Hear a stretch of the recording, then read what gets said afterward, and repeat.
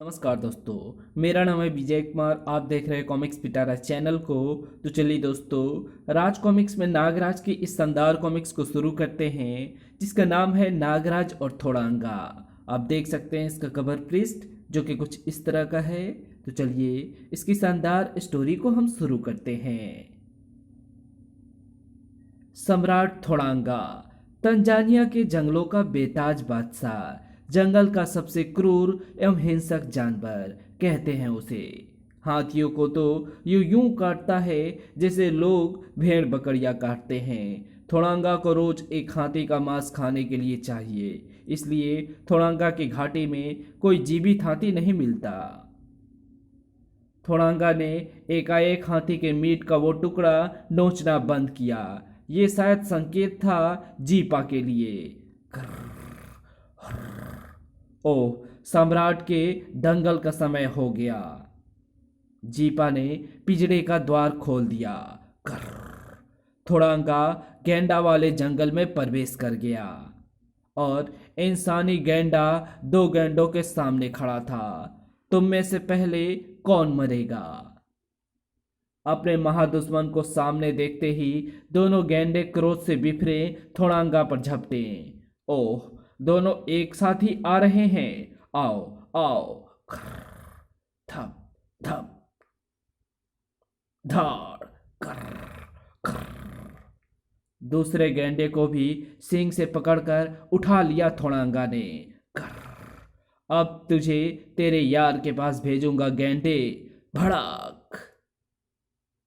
थोड़ांगा ने भयंकर हुंकार भरी। आश्चर्यजनक रूप से उसका सिर गर्दन में समा गया। फिर तू तो गया अब बेटे। भड़ाक। इसी क्षण दूसरे गेंडे ने थोड़ांगा के टक्कर जड़ दी। पट से थोड़ांगा का सिर बाहर निकला। थोड़ांगा से मजाक करता है? तू पहला और आखिरी गेंडा है जिसने थोड़ांगा पर वार किया। सम्राट थोड़ांगा, सम्राट थोड़ांगा, सम्राट थोड़ांगा। भयानक रूप से गेंडा थोड़ांगा पर झपटा। उतने ही तेजी से टकराए थोड़ांगा के सिंग गेंडे के सिंग से। इस टक्कर से मैं धरती को पाताल में भेज सकता हूं बेटे। बेहद हिंसक हो चुके थोड़ांगा ने अधमरे गेंडे का सिंग पकड़कर उखाड़ दिया। खचाक। गेंडे के मरते ही जीपा ने बाड़े में प्रवेश किया। मुबारक हो सम्राट थोड़ांगा, इन दोनों की लाशें को ठिकाने लगा दो जीपा। थोड़ांगा वापस अपने टब में आकर फैल गया। मेरा मकसद अभी अधूरा है। काबुकी का खजाना चाहिए मुझे, और खजाना तब तक मुझे हासिल नहीं हो सकता जब तक गुरु एलिफेंटा अपने मकसद में कामयाब नहीं हो जाते। उफ। सम्राट थोड़ांगा, सम्राट थोड़ांगा। गुंटारा, गुंटारा मर गया सम्राट थोड़ांगा। गुंटारा मर गया? क्या बक रहा है हरामजादे? कैसे मर गया गुंटारा? सम्राट, वो नागमान और नागराज, उसने गुंटारा के शिकार को छुड़वा लिया। गुंटारा को काटा। गुंटारा मोम की तरह पिघल गया। नहीं। आ वेल की तरह उछलकर वो टब से बाहर निकल आया। जीपा, तू तो कहता था कि तूने उस नागमान और नागराज को हथौड़े से मार डाला है। वो गुंटारा की घाटी तक कैसे पहुंच गया? मैंने उसे मार डाला था सम्राट थोड़ांगा। मेरे हथौड़े की एक चोट ही उसके लिए काफी थी। नहीं जीपा, नागराज के लिए तेरी एक चोट काफी नहीं थी, वरना वो उस फॉरेस्ट ऑफिसर डेनियल को बचाने कैसे पहुंच जाता। उफ। तेरी एक गलती से गुंटारा मौत के मुंह में समा गया। मुझे क्षमा करे सम्राट थोड़ांगा, मैंने नागराज की शक्ति को कम आंका था। उफ। लेकिन नागराज को गुंटारा घाटी तक पहुंचने में जरूर किसी जंगली कबीले ने मदद की है। सम्राट थोड़ांगा, मैंने मकालू के सरदार ओसाका को गुंटारा की घाटी के निकट देखा था। मकालू सरदार ओसाका? मकालू, जाओ अपने हथौड़े को मकालू के बच्चे बच्चे के खून से नहला दो। जाओ जीपा। ठीक उसी पल सम्राट, तो तुम गेंडा कहाँ है? सम्राट थोड़ांगा, हमने गेंडे को लगभग पकड़ लिया था, लेकिन तभी उस नागमानव ने सम्राट, उसके अंदर से सांप छूटते थे।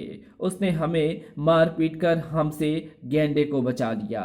नागराज, मैं तुझे कच्चा चबा जाऊंगा। क्रोध थोड़ांगा ने उन जंगलियों को गेंडे के पांव तले कुचलवा दिया। फिर, जीपा, सीसी नाम की वो सुंदरी कहाँ है? उस फॉरेस्ट ऑफिसर की बीवी है ना वो? सम्राट थोड़ांगा, उसे गुफा में कैद किया है मैंने।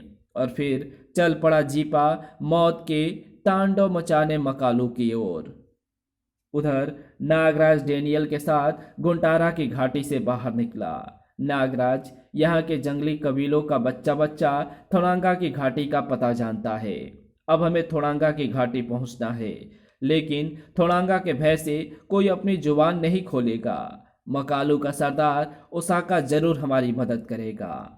ठीक उसी क्षण मकालू कबीले पर तबाही दस्तक दे रही थी। जीपा, कहते हैं जीपा का हथौड़ा जब उठता है तो तबाही आती है, लाशों के ढेर लग जाते हैं। सम्राट थोड़ांगा से नमक हरामी, आज के बाद कोई ये दुस्साहस नहीं करेगा। और लाशों के ढेर भी लग गए। शीघ्र ही बुरी तरह आतंकित बचे खुचे कबीले के लोग जीपा के पैरों पर आ गिरे। बस जीपा, बस, और कहर मत बरसाओ, रोक लो अपने हाथ, प्राणों की भीख दे दो हमें। नहीं, जालिम के सामने अपना सिर मत झुकाओ, कट जाने दो ये सिर। ओसाका, जीपा कभी भीख देता भी नहीं हरामजादे। आ और अब हथौड़े के एक ही वार से मैं तुम सबको हमेशा के लिए जीपा के आतंक से मुक्त कर दूंगा, और तुम्हारी लाशें सम्राट थोड़ांगा से नमक हरामी करने वाले दूसरे कबीलों के लिए सबक होगी। एक साथ कई चीखें गूंज उठी। भड़क, आई। क्यों ओसाका, कैसा लगा दृश्य? कमीने जीपा, नागराज को पता लगेगा तो वो तुझे तड़पने का भी मौका नहीं देगा।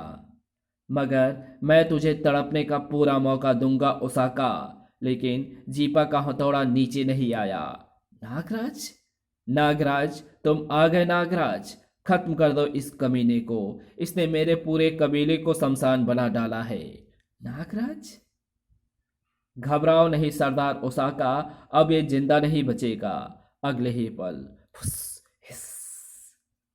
इन कैंचियों का जहर मुझ पर असर नहीं करता नागराज। जीपा का हथौड़ा ओसाका के सिर से टकराया और वो बेहोश हो गया।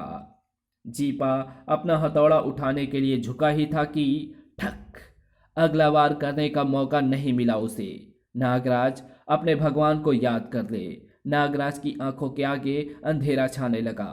ओह, इसने मुझे ऐसे दांव में जकड़ दिया है कि 10 फीट के इस राक्षस के शरीर में मैं अपने दांत में नहीं गढ़ा सकता।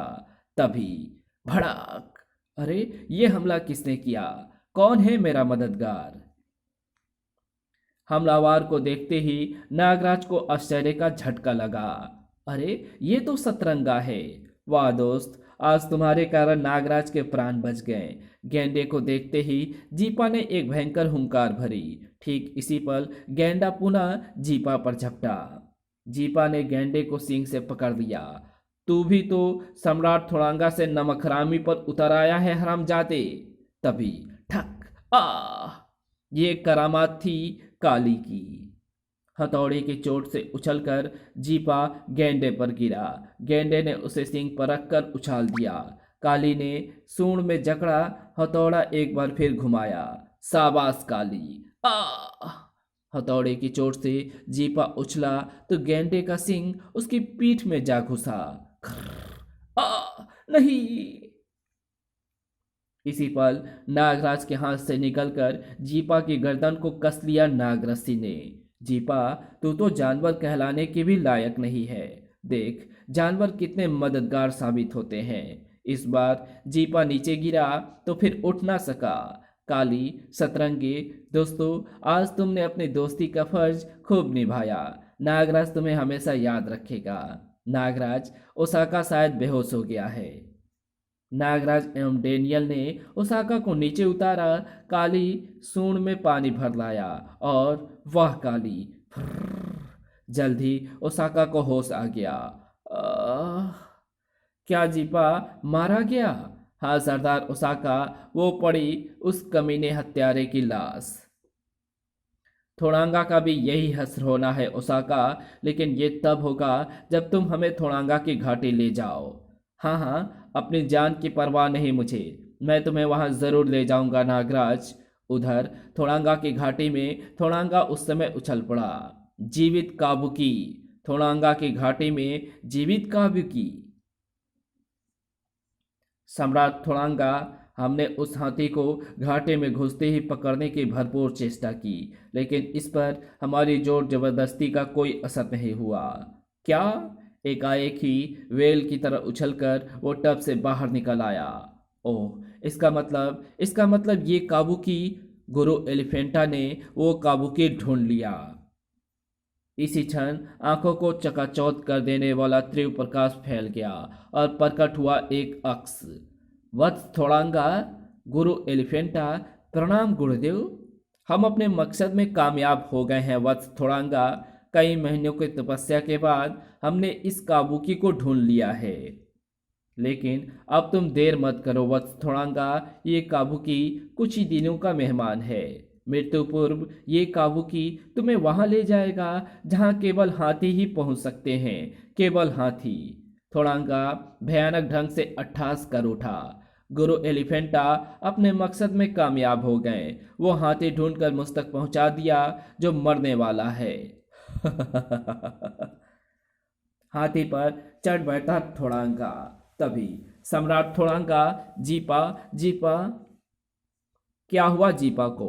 कहाँ है वो? सम्राट थोड़ांगा, जीपा की लाश वहां मकालू कबीले में नहीं।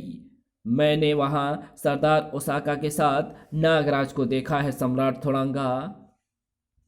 नागराज? ओह, जीपा को भी मार डाला उस हरामखोर ने।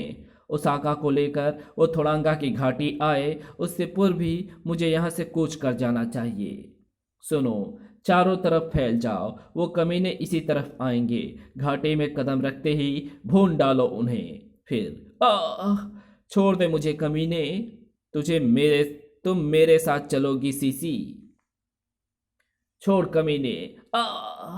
अगर उन्होंने मेरा रास्ता रोकने की चेष्टा की तो इसकी जान लेने की धमकी उनके कदमों में बेड़ियां डाल देंगी। बड़ी मुश्किल से हाथ लगा है ये काबुकी। मैं ये सुनहरी मौका लड़ाई झगड़े में नहीं गंवा सकता। उफ, इसकी गेंडे जैसी खाल पर मेरे मुक्के का कोई असर ही नहीं हो रहा। इधर नागराज डेनियल एवं ओसाका के साथ काली पर सवार थोड़ांगा की घाटी के निकट आ पहुंचा। नागराज, उस हाथी की शक्ल की भारी चट्टान के पीछे का रास्ता जाता है थोड़ांगा की घाटी को। ओह, हम थोड़ांगा के एरिया में हैं। डेनियल, सावधान रहना, तुम भी ओसाका। लेकिन अभी वे उस चट्टान से कुछ ही दूर थे कि खतरा। टुंग उफ, बचो सरदार डेनियल। धाए धाए धाए। दोबारा फायरिंग का मौका नागराज ने उन्हें नहीं दिया। फिस, हिस, आ, आ। इस कहानी को यहीं समाप्त करते हैं। इसके आगे की कहानी पढ़ेंगे इसके पार्ट 2 में, तो मिलते हैं इसके दूसरे पार्ट में। तब तक के लिए बाय। अगर आपको ये वीडियो पसंद आई हो तो इस वीडियो को लाइक शेयर कमेंट ज़रूर कर देना। चैनल पे नए हो तो चैनल को सब्सक्राइब कर ऑल नोटिफिकेशन को सिलेक्ट ज़रूर कर देना। तो मिलते हैं आपसे एक और नए वीडियो में, तब तक के लिए बाय।